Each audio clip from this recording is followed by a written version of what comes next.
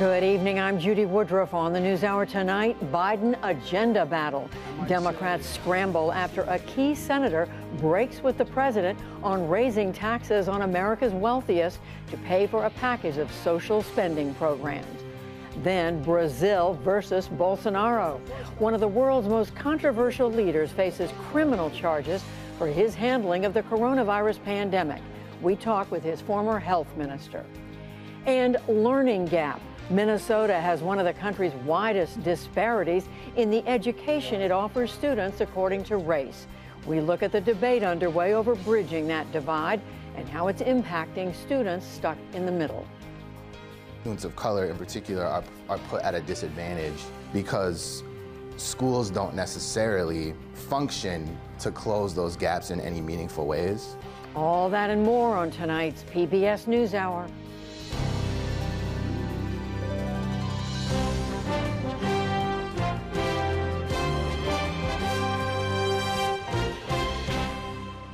Major funding for the PBS NewsHour has been provided by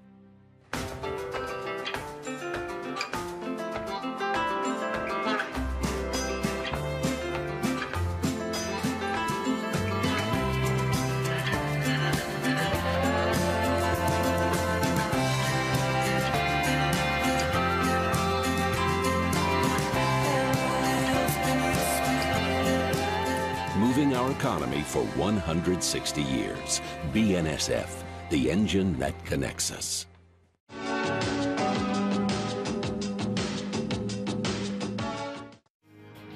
Consumer Cellular, Johnson & Johnson,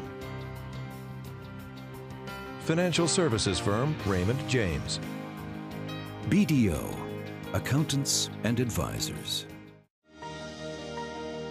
Supporting social entrepreneurs and their solutions to the world's most pressing problems. SkollFoundation.org. the Lemelson Foundation, committed to improving lives through invention in the U.S. and developing countries. On the web at lemelson.org. Supported by the John D. and Catherine T. MacArthur Foundation, committed to building a more just, verdant, and peaceful world. More information at macfound.org.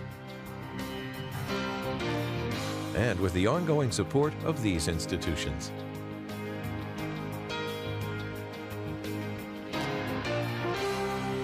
This program was made possible by the Corporation for Public Broadcasting and by contributions to your PBS station from viewers like you. Thank you. Pressure is mounting on lawmakers and White House officials who met again today as they scramble to secure a deal on the president's Build Back Better agenda. But key sticking points remain, like how to pay for the massive social spending measure. For the latest on negotiations, I'm joined by our White House correspondent, Yamiche Alcindor. So hello, Yamiche. They are under the gun right now. Tell us what White House and officials and the president are doing to try to reach a deal, and tell us what the latest sticking points are. Well, President Biden and White House officials are scrambling, Judy, scrambling to try to make a deal, to try to unite the Democratic Party so that the president, when he leaves for Europe tomorrow, can have something to talk about to our European allies. That being said, there are a lot of meetings going on, and the White House has been saying that they're confident that a deal could possibly be reached tonight or by tomorrow. But it's really hard to see that coming together because the details of the bill are still really being worked out. White House officials that I've been talking to in the last hour say that really developments have been changing hour by hour. Now, today, White House Press Secretary Jen Psaki, she said she was confident that a possibility of a deal could still be reached. I pressed her on why she felt confident, given the fact that the details are still being worked out. Here's what she told me. I think what members of Congress have conveyed to all of you and leaders in Congress, as well as the White House and the president, is that we are very close. That's because we are very close. And it does require working through specific details and components that need to be finalized before we have a final agreement. Now, the key part of what she said there are specific details and components. So in the last hour, we learned between myself as well as Lisa Desjardins, our Capitol Hill correspondent, that one big key provision that Democrats wanted in, that progressive Democrats wanted in, is already being seen as likely out of the deal, and that is paid family leave. Now, the president as well as progressives had been initially pushing for 12 weeks of family paid leave, which is in some ways mirroring what happens in other countries. That was then whittled down to 4 weeks. And now within the last hour, White House officials as well as Capitol Hill sources are telling us that that is likely out. And it's out because Senator Joe Manchin does not want it in. And what this is really shaping up to be is really a bill that is mirroring what Joe Manchin wants rather than what progressive Democrats wants. Another thing to really look out for in terms of what's being worked out is how to pay for all of this. Now, there was this billionaire tax that had been floated by Senate Democrats. And today, President Biden, through his White House press secretary, came out and said he was in support of the billionaire tax. But again, Senator Manchin came out and said that he was critical of this tax. He said that he did not want to be targeting people. So again, it seems as though the billionaire tax is dead on arrival. The ink isn't even dry on that sort of provision, but it's already gone. And it's again because of Senator Manchin of West Virginia. And Yamiche, we've been reporting that President Biden was very much hoping to get this done before he leaves tomorrow for the Global Climate Summit in Europe. How concerned is he that he may leave without a deal? And what do the chances look like that there could be something before tomorrow? Well, White House officials have been very candid about the idea that President Biden absolutely wants a deal before he gets on a plane to go to Europe. And he's going to be meeting with the Pope. He's going to be meeting with a number of European allies at the G20. He's also going to be going to a climate change conference. At all of those meetings, he wants to be able to say, here's what Democrats can get done. Here's what Democrats are doing on climate change, on paid family leave, on all of these different provisions, even though, as I said, paid family leave, it's likely out. But it's really, really unclear whether or not he's going to get his wish. He really wants a victory here. The White House is still insisting that there's been a lot of progress, that something could happen. Another thing to note is that House Speaker Nancy Pelosi, she wrote a letter to lawmakers today saying that tomorrow the House Rules Committee is going to hold a hearing on what she's calling the Build Back Better Act. So that is Nancy Pelosi really in some ways trying to telegraph the urgency that lawmakers want to move here with. And there's reporting that she's telling committee chairs that she wants to see a text of the bill by tomorrow's rules hearing. Again, it's very up in the air whether or not that's going to happen. Progressives are saying that they want to see a text of the legislation, the reconciliation legislation, before they vote on the bipartisan bill. So really, when the president walks out tomorrow at the White House, it's anyone's guess whether or not he's going to be able to say, yes, we have a deal, or no, we don't. Tonight, there was talk that he might go to Capitol Hill, but the White House called what we call a lid. And that means that we're not going to see the president on camera, and we're not going to see the president go to Capitol Hill tonight. So many moving parts, and the drama continues. Yamiche Alcindor watching it at the White House. Thank you, Yamiche. And as you just heard, with the billionaire's tax reportedly in peril, Democrats now are looking at other ways to fund their social spending bill. William Brangham explains. Judy, this so-called billionaire's tax could raise up to $250 billion if enacted, but there are also renewed looks at changing corporate taxes as well. For more on the Democrats' plans, I'm joined by Neil Irwin. He covers economics for the New York Times. Neil, great to have you back on the NewsHour. As Yamiche has been reporting, I mean, a lot of this is still in flux, and I'm always reluctant to say something is dead or alive at any given minute on Capitol Hill right now. But let's just unpack this idea of the billionaire's tax. What is it? How would it actually work? So when most people buy an asset, buy an investment, and it goes up in value, you only owe capital gains tax on the profits when you sell that investment, when you sell those stocks or sell a business. And there's good reasons for that, right? The logic is that that's when you know how much it sold for, how many profits you have that cash to spend. I think what the billionaire tax is aimed at is the ability of people to accumulate truly massive sums of wealth that never gets taxed, that reaches just astonishing levels. So Jeff Bezos, for example, his net worth might rise by $100 billion as Amazon stock goes up. But if he doesn't sell it, he doesn't owe any tax on those large earnings. They think there's about 700 billionaires who would be affected by this tax, essentially paying those gains, paying tax on those gains along the way.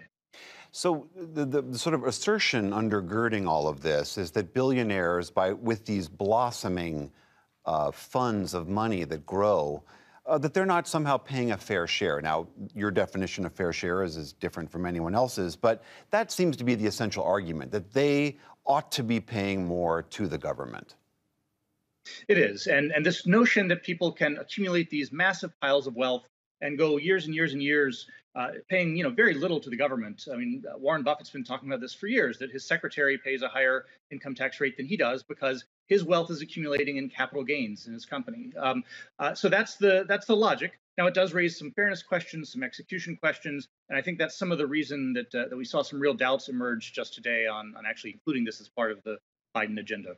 Well, let's talk about those execution questions. How would you go about taxing that if the person's not selling those assets and you can figure out how much they gained, how much they lost? I mean, the logic is that at that tier of wealth, people have a lot of liquidity. They can borrow money. These are liquid assets. These tend to be publicly traded stocks that they can sell relatively easily. You would phase it in and not make people, not make Jeff Bezos and Warren Buffett sell all their stock overnight. That this would be a thing that billionaires who have lots of accountants and lots of capacity to deal with would be affected by, not owners of smaller businesses that might face real strains. That's why part of why some of the centrists in the Senate were at least open to this, who don't want to raise tax rates on the wealthy, on the capital gains tax, for example, but were willing to entertain this. Okay, so putting that tax aside, what are some of the other ways that the Democrats are looking to try to raise revenue for this big bill?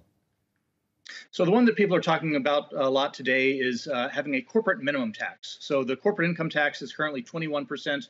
There was for a long time a thought that they would just raise the corporate income tax to maybe 25%. Senator Sinema from Arizona didn't want to do that.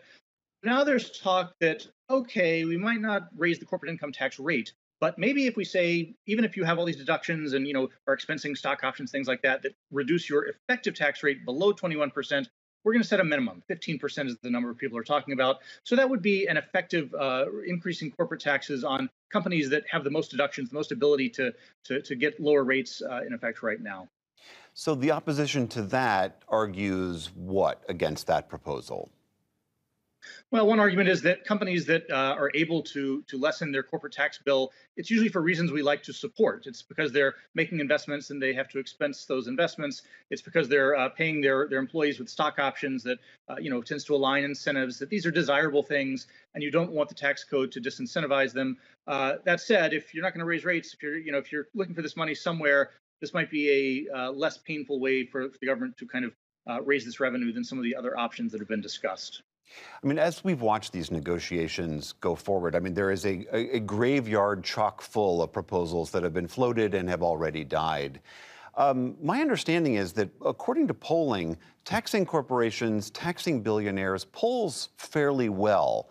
What is your sense from your reporting as to why those proposals have a hard time sticking with the Democratic majority?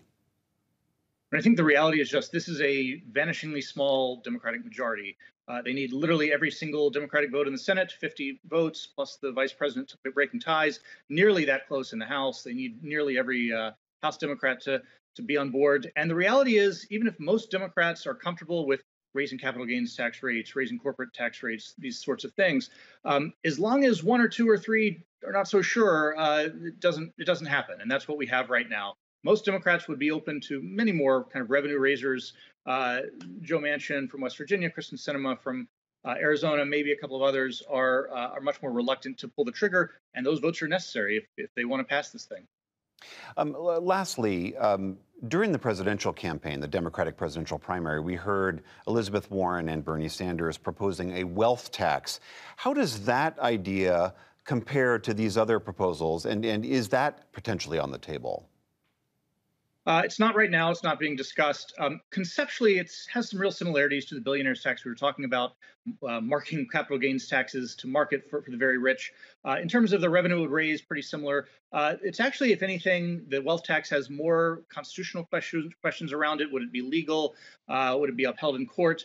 That said, I think most progressives would be very happy with something like this billionaire's tax that was being discussed. Again, appears to be by the wayside for the moment, but this has been a very fluid situation with lots of changes happening by the hour. Very fluid, to say the least. Neil Irwin of the New York Times, thank you so much for being here. Thanks for having me.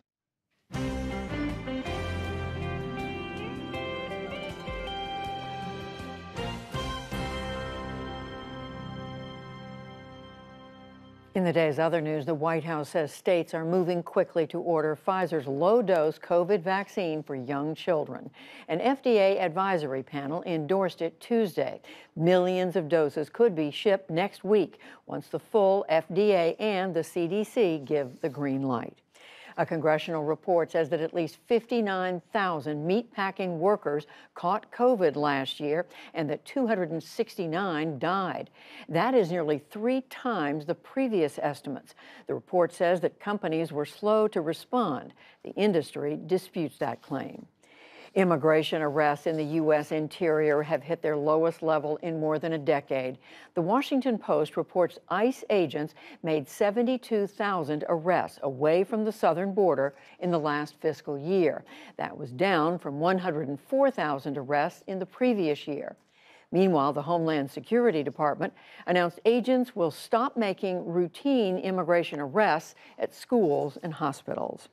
The top U.S. military commander confirmed today that China has tested a hypersonic weapon. The nuclear-armed vehicles can launch into orbit, evade early detection, and plunge back to Earth to strike. The chairman of the Joint Chiefs, General Mark Milley, likened China's test to the Soviet Union's first satellite, Sputnik, in 1957. The Pentagon said it is part of a pattern by Beijing, officially the People's Republic of China. These advanced military capabilities are paired with a foreign and defense policy approach that uses intimidation and coercion of neighboring nations to yield to China's interests. And so taken in sum, it reinforces for us the need to continue to treat the PRC as our #1 pacing challenge. The U.S. has not yet conducted a test similar to China's. Activists in Sudan say security forces arrested 3 pro-democracy leaders in Khartoum overnight after Monday's army coup. Despite the arrests, undeterred protesters took to the streets for another day to voice outrage at the military's takeover. Many businesses remain closed again. In Iran, long lines wrapped around gas stations for a second day. State media claim most stations were backed up and running, but those who did manage to fuel up were forced to pay higher prices. Iran's president blamed a cyber attack designed to foment unrest. He did not name the attacker. Israel will build 3,000 new homes for Jewish settlers in the occupied West Bank. The Associated Press reports a planning council approved the move today. It is the biggest such action under Israel's new governing coalition. The Obama administration had strongly opposed the plan. Back in this country, investigators in New Mexico say there were confirmed safety problems before a fatal shooting on a movie set. It happened last week when actor Alec Baldwin fired a prop gun, killing the cinematographer. Today, the Santa Fe County Sheriff said it is too soon to discuss any charges, but they are not ruling out Baldwin or anyone else.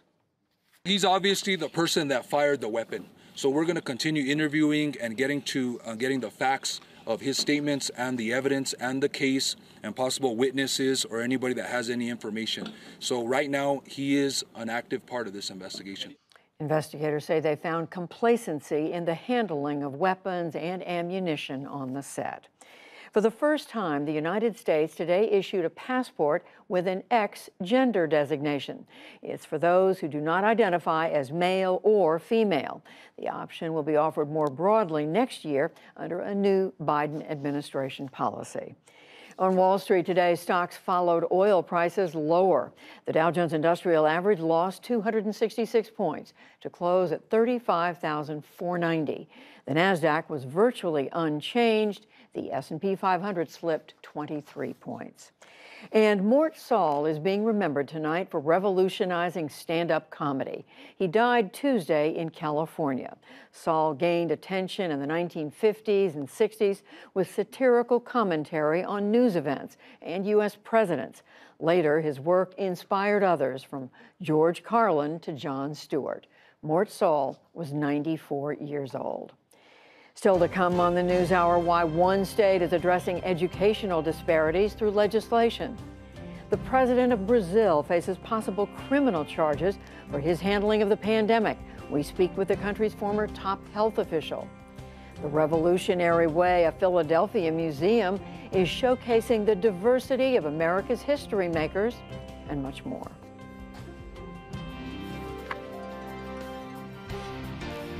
This is the PBS NewsHour from WETA Studios in Washington and in the West from the Walter Cronkite School of Journalism at Arizona State University. School board races are normally quiet contests centered on local issues like budgets. But this year, many of these boards are engulfed in nationalized cultural hot-button fights. Among the issues, mask mandates and critical race theory, an academic framework around America's legacy of racism and segregation. But that term has become a catch-all for lessons on diversity, equity, and inclusion in the classroom. Anger at school boards has resulted in heated meetings and threats of violence. Today, Attorney General Merrick Garland faced a barrage of criticism from Republican senators for his department's involvement in protecting school officials. Garland said the moment called for federal monitoring. I think all of us have seen these reports of violence and threats of violence. That is what the Justice Department is concerned about. It's not only in the context of violence and threats of violence. For a look at how this is playing out across the country, I'm joined by Grant Gerlach of Iowa Public Radio. He joins us from Des Moines. Jenny Brundin of Colorado Public Radio. She's based in Denver.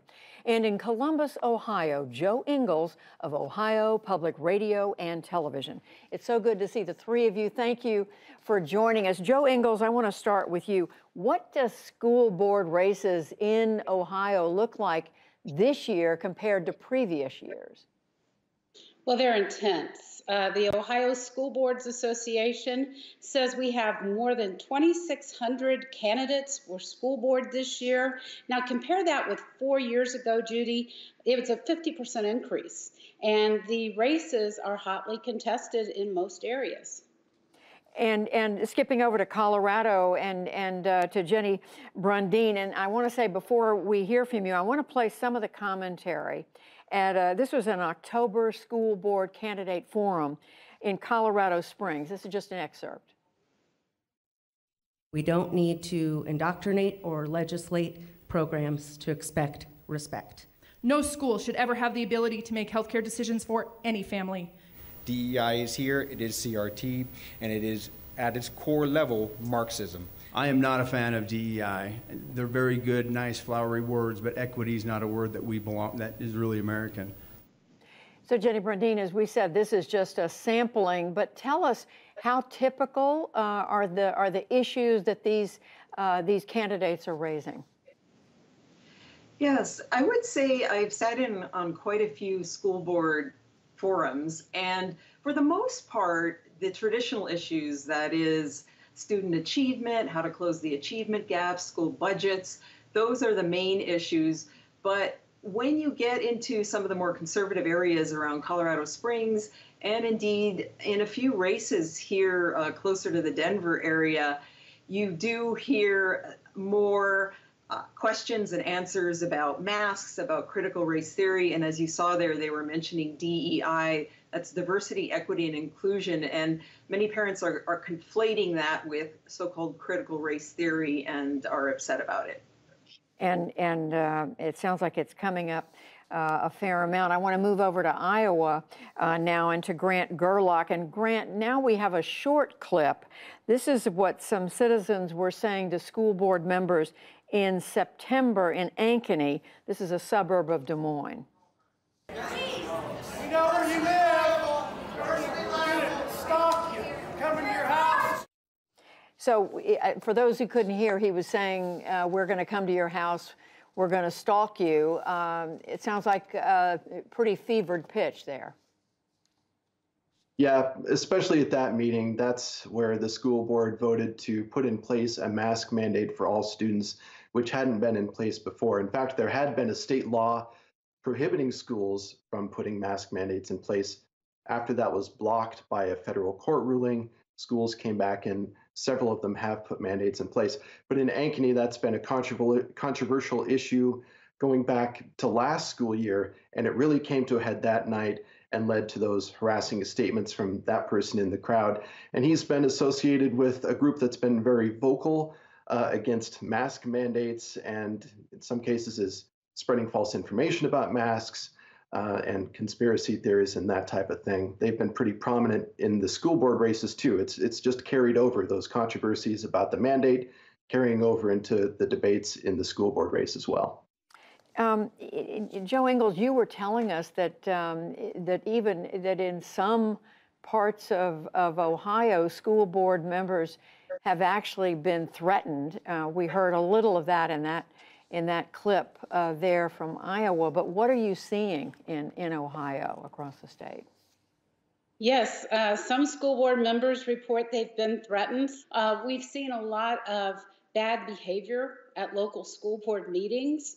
And it's the same thing as everyone else is saying. It centers around COVID protocols, mask, and it also centers around the teaching of diversity in the schools. And Jenny Brundin, tell us what you're seeing in Colorado. And I know it's hard to ask you not to generalize because I'm asking you to talk about an entire state. But talk about the issues that are being raised, but also the fact you were saying that you're seeing new people running for school boards, people who had never really been involved in public education before. In Colorado law, indeed, there is a law saying that schools need to focus on the history, culture, and social contributions of a variety of minority groups. And so schools are actually following the law, but it's been twisted a little bit by parent groups. But yeah, in general, the main issues are student achievement, the critical mental health crisis that youth are in, and also the critical shortage of teachers, school bus drivers. Those are some of the issues coming up. But like you said, newcomers, we're seeing a lot of newcomers. Traditionally, people who run for the school board have sat on accountability committees and parent-teacher organizations for many years, and we're seeing lots of newcomers, people that are just parents who maybe tuned in during the pandemic and have also been swept up in the national politics and some of these flashpoint issues. And staying with you, Jenny Brundin, for a minute, you said some of what the newcomers or the candidates are saying is twisting what's in the curriculum. What did you mean by that? Yes.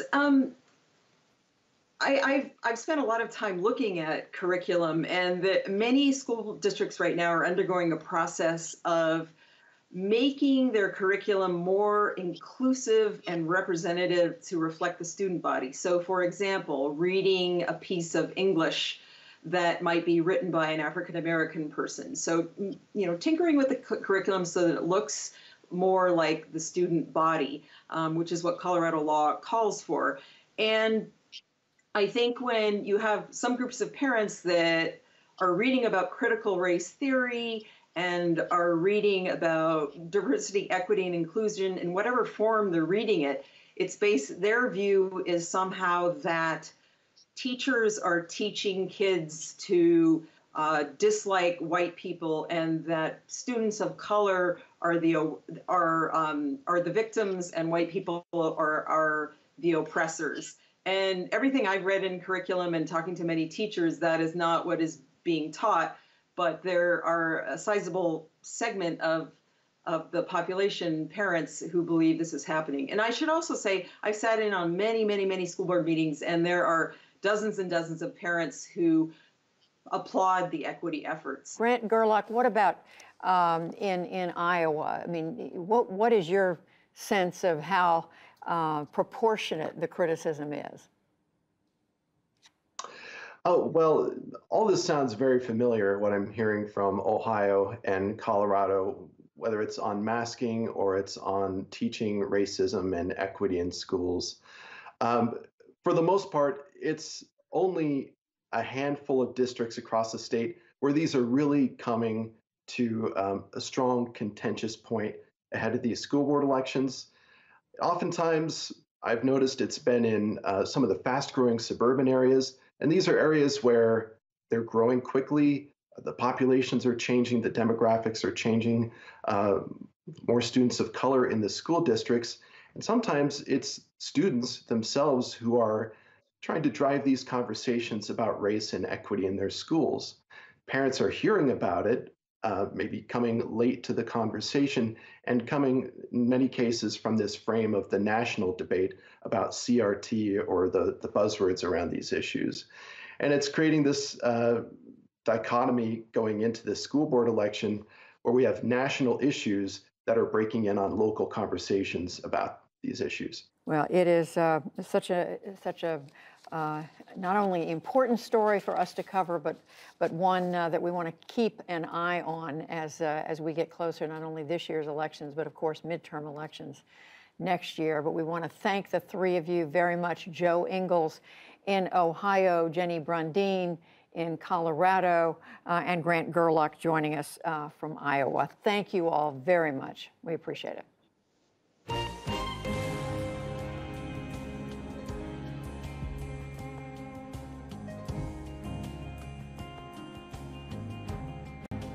Many schools across the country are also grappling with ways to close the achievement gap between white students and students of color. Special correspondent Fred DeSam-Lazaro has a report on those efforts in Minnesota, a state with some of the greatest disparities. It's part of our ongoing Race Matters coverage and Fred series, Agents for Change. Remember, it's just like multiplication. It's a busy Monday in Thetis White's 5th grade class at Monroe Elementary. See, I knew I made a mistake somewhere because this was it right here. Math, English, and even some history, all before lunch. Because we're looking for all those words. White's class in the Minneapolis suburb of Brooklyn Park is an outlier in this state, highly diverse and taught by a black male. I grew up in Minnesota. I had some very impactful teachers, black, white. When I say that, though, I didn't have my first black teacher until I was in 7th grade. All through my education, I had 3 teachers of color. Circle it, because that's the word that you're looking for. Even today, fewer than 1% of teachers in Minnesota are black men. White's own teaching career started less than 3 years ago, after working for UPS and spending more than a decade as a youth football coach. Use your imagination. He eventually connected with Black Men Teach, a nonprofit that works to recruit, prepare, place, and retain black males in school. I really want them to understand that, especially for some of my African American students that are in my classroom, that you can be whoever you want to be, but you do have to have someone there that maybe looks like you, letting you know that it is attainable. Experts say the low number of teachers of color contributes to wide educational disparities in Minnesota. The state has historically ranked near the top in test scores and graduation rates, but those numbers mask wide differences between white and in particular black students. This year, about 52% of white students met state standards for math, compared to 18% of black students. And on reading, 60% of white students were proficient, double the percentage of black students. Nehemiah Johnson is a 5th grader in Thetis White's class. He used to go to school in the Minneapolis Public School District, but his parents wanted something different. All his teachers were older white women, and I felt every day with him that I would have to encourage him to ask for help. Don't be intimidated, don't be nervous, don't be scared. It was more like he was uncomfortable. But with White, Nehemiah has found confidence. He helps me on my work and in math and reading.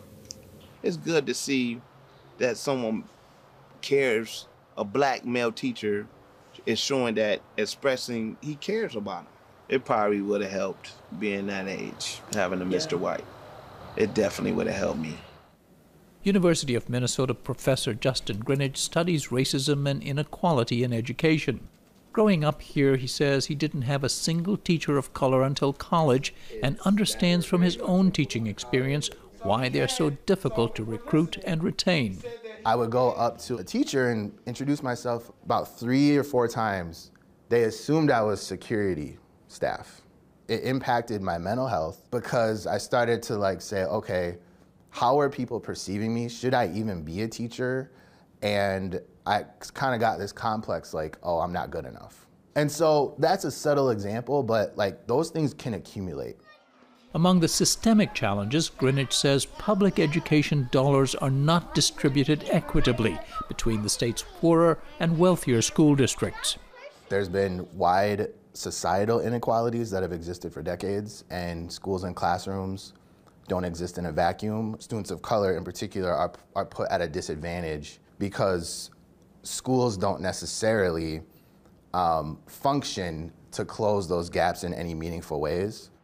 In recent years, lawmakers, educators, and researchers have searched for ways to close the gap.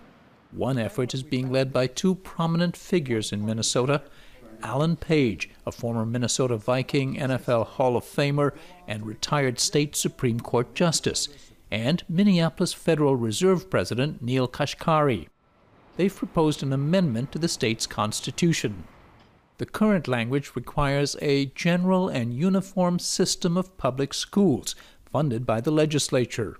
The amendment says all children have a fundamental right to a quality public education, and that fulfilling that right is a, quote, paramount duty of the state. It puts children first. Our current Constitution focuses on the education system and funding of that system. It doesn't say word one about children. We think it's important that every child, no matter what their economic circumstance, no matter what the color of their skin, no matter their ability or disability, can learn. And our proposed amendment shifts the focus to individual children. Under the amendment, the state would set standards for a quality education. Parents who feel they aren't being met can seek remedies in the courts. But critics say that would only delay reforms. Denise Specht is the president of Education Minnesota, the state's largest teachers union. It would require groups getting together to define things like quality. I do get a little worried when we are looking at a solution that is dependent highly on lawsuits. We see the urgent needs of students right in front of our faces right now. Specht says the state could take more specific and immediate action. I actually wouldn't mind if we were talking about a constitutional amendment that would specifically call for lower class sizes in our schools, or universal health care for every student, universal pre-K for every student. Those are the things that we know are affecting the gaps right now, and I think we have to get down and figure those out. Many critics say fixing the state's education system does not require a constitutional amendment. The argument being the solutions ought to be legislated, not litigated. There were probably those people that said that about Brown versus the Board of Education. There are probably people who say that about a woman's right to vote. There are probably people who said that about freed slaves' right to vote. If we weren't in the position we were in and the current constitutional language was working, we wouldn't be here having this conversation. The amendment has some bipartisan support, but it's yet to pass the state legislature, which is required before it can be placed on the ballot. Amid the debate over reforms and how to enact them, there's little disagreement on the importance of teachers like Thetis White. This makes me emotional even thinking about it. I just really hope that somebody's going to see this and be turned into wanting to become a teacher, because we do need African American teachers. They just have to want to step up. Closing the education gap in this state may depend on it. For the PBS NewsHour, I'm Fred DeSam-Lazaro in Brooklyn Park, Minnesota. Reporting is a partnership with the Undertold Stories Project at the University of St. Thomas in Minnesota.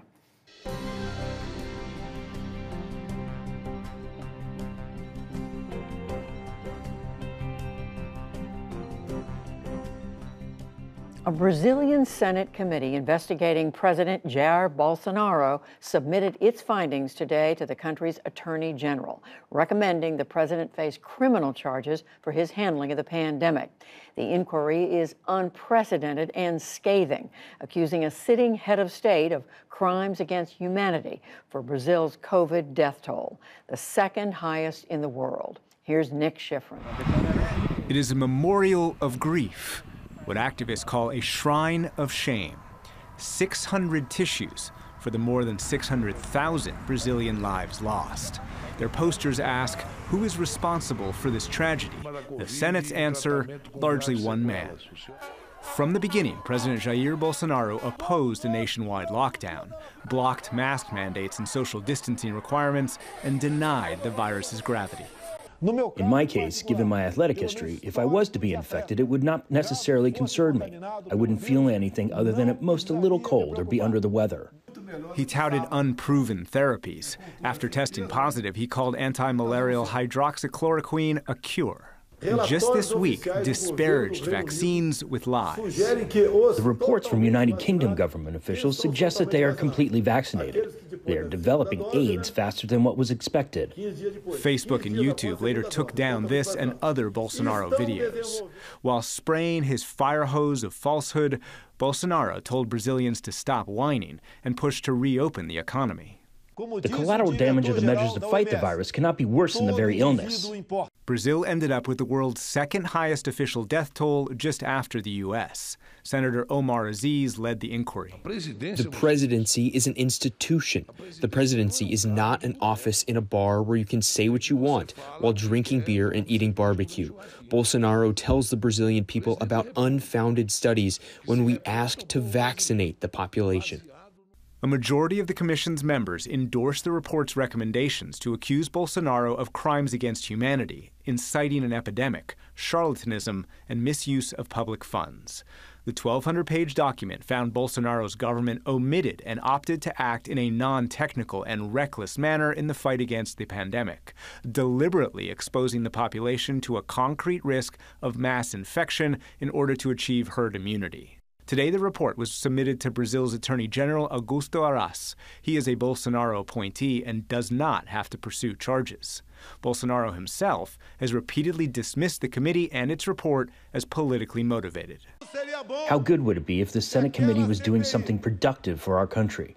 They took time from our Ministry of Health, public employees, humble people and businessmen. They produced nothing besides hatred and rancor. For more, we turn to Dr. Luiz Henrique Mandetta. He served as Brazil's Minister of Health in 2019 and 2020 until President Bolsonaro fired him over their differences in how to respond to the pandemic. He's now laying the groundwork to run for president of Brazil and joins us from Brasilia. Dr. Mandetta, thank you. Welcome to the NewsHour. You were the committee's first witness. Do you agree with the charges recommended? Yes. Thanks for having me here on PBS. Well, the committee made 6 months work, and on the 6 months they showed too many mistakes that were under cover. The negationism on buying the vaccines, not negotiating with Pfizer, 81 emails from Pfizer offering vaccines, and they said no. Then they tried to buy vaccines from India, from Covaxin, that didn't have not even a phase 2. Then they showed very clearly that the president had another office, a parallel office that was trying to sell chloroquine and ivermectin and make all those fake news. So there were so many mistakes, so many things that was shown by this committee that we think that it's going to take more time to really put them under justice. As we just heard, President Bolsonaro says that these charges are politically motivated, created by political opponents. You're running for president against Bolsonaro. Are you making your charges because of your political opposition to the president? Well, they talk about, they are facts. They are not. They don't have answers for anything. There are so many mistakes and wrong things, wrong decisions, and a toxic leadership that he made. Last week, he said that who takes the vaccines goes into HIV. So he keeps on doing it. When you urged him to take the virus more seriously, why did he say he was resisting them? Where was he getting his information? Well, he said that he got into a false dilemma that says, between economy and health, I'll keep with economy. And he decided to do that when he came back from a trip that he made to Mar-a-Lago where he met President Trump, on the next week they were both with a chloroquine box on their hands, and they started saying to governors and mayors not to stop the economy, let's keep on working, take this medicine that it will work. They didn't want to prepare the system to anything. By that time, I was looking and saying, well, maybe the Americans have some, just like on the movies, that they come with some kind of vaccine or a medicine that will solve the problem, because they are really not taking any kind of measure to protect their people. And when I saw what happened in New York, in all those hospitals at Central Park, the health system could not handle all of that. I gave to him three kind of scenario. One very optimist, another realist, and another pessimist. And I showed him that if he would take the decisions that he was going to do, that we would have this kind of deaths that unfortunately we had. So he knew what he was doing. Do you believe President Bolsonaro believed what he was doing could actually save the economy? No, he always knew that he would have more problems with economy, but he just wanted a political vaccine. So he made that choice in an election way, thinking on the elections. What happens if the Attorney General equivalent does not pursue criminal charges? Do you think actually that the penalty that Bolsonaro may face is actually more political? Well, I think that by this time, this is a Senate committee. They have a lot of things that were shown and now are going to be sent to the prosecutors. I don't know which they're gonna probably go deeper in these investigations. This is not the end. This is just the beginning. It's like you turned the light on, but now you're going to have the cases, and this is for the prosecutors.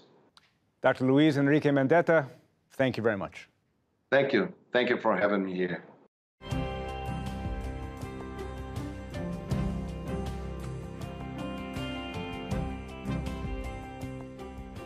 A new exhibit titled Liberty in Philadelphia seeks to tell a more inclusive story of the American Revolution, introducing visitors to people critical to building the nation, but whose names they've likely never heard. John Yang visited as part of our Arts and Culture series, Canvas. At first glance, this painting at the Museum of the American Revolution in Philadelphia looks like a typical depiction of the time. But take a closer look. It's a little-known moment in U.S. history. The Rhode Island Regiment, which had 2 companies of soldiers who were Native American or of African descent, marching past Independence Hall. This is just an incredible scene that, when I laid eyes on it for the first time, just really helped to center the contributions of people of African descent. Michael Idris is the museum's African American Interpretive Fellow. This group is primarily African American. They are led by a white commanding officer. And in the middle of this is this young man who is looking at this scene. His name is James Forten, that these men were as brave of men as ever fought. Forten's words, "brave men as ever fought," give this painting its name.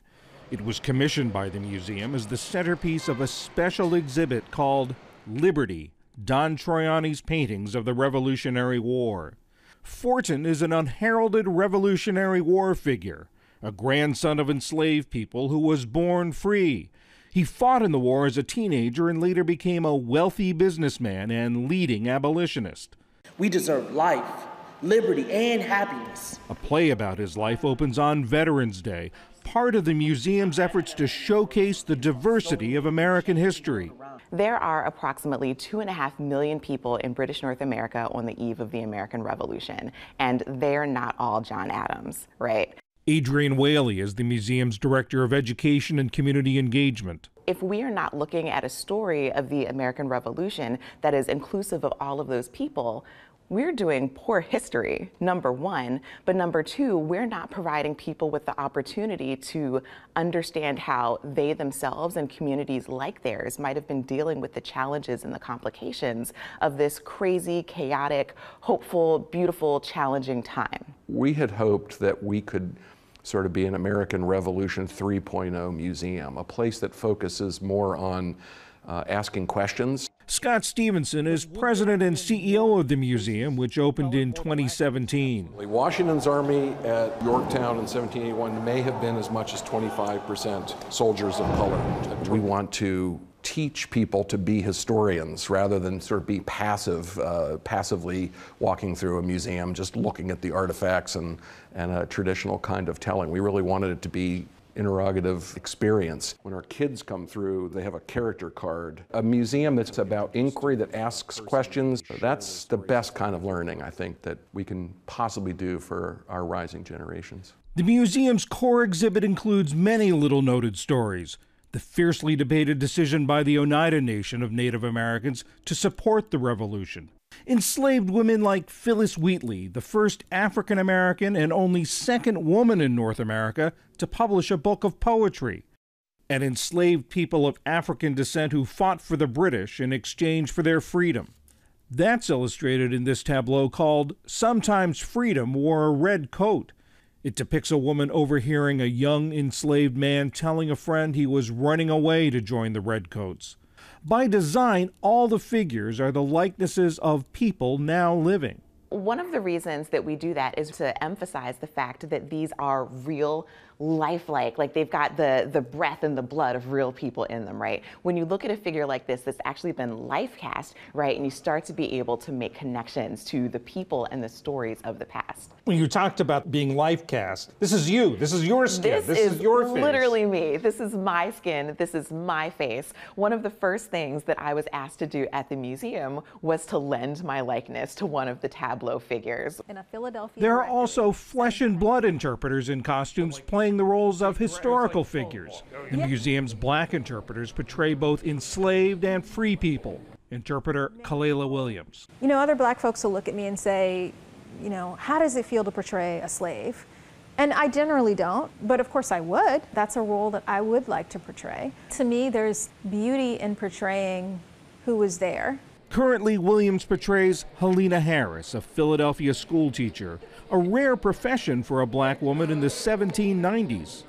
We have a very narrow idea of where black folks played a role in the history of the United States. I want people to come away with the understanding that black history is U.S. history, indigenous history is U.S. history, is world history, is all of our history.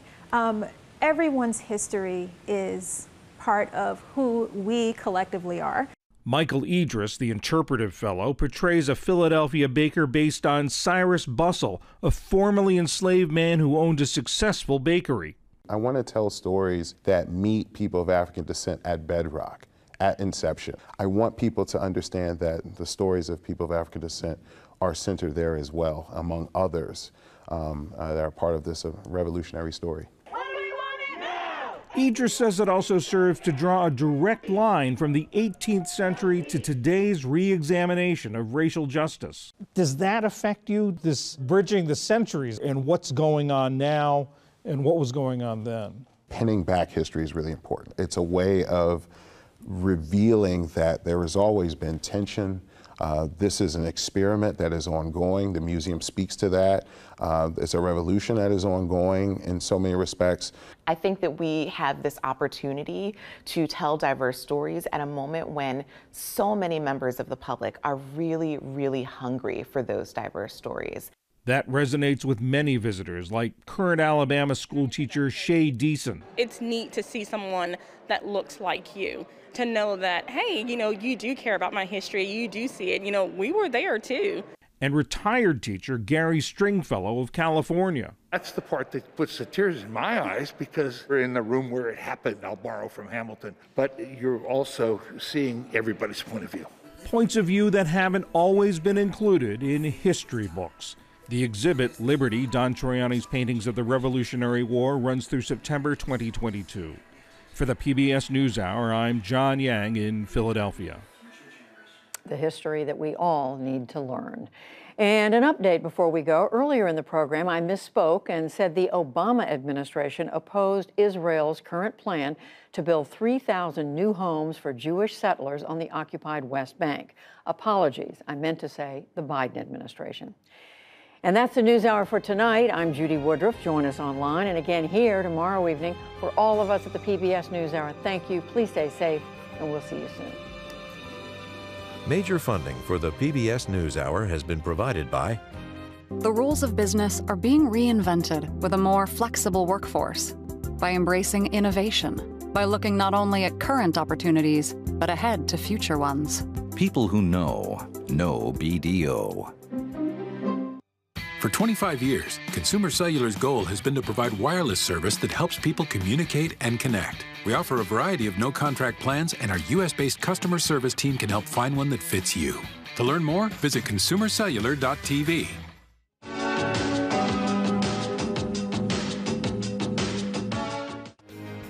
Johnson & Johnson. BNSF Railway. Financial services firm Raymond James.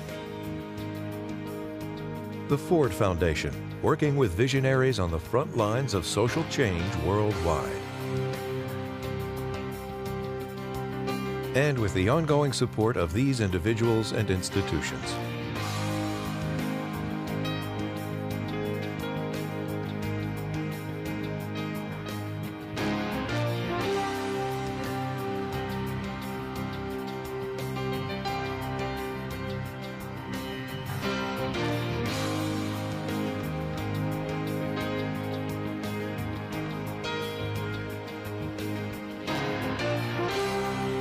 This program was made possible by the Corporation for Public Broadcasting and by contributions to your PBS station from viewers like you. Thank you.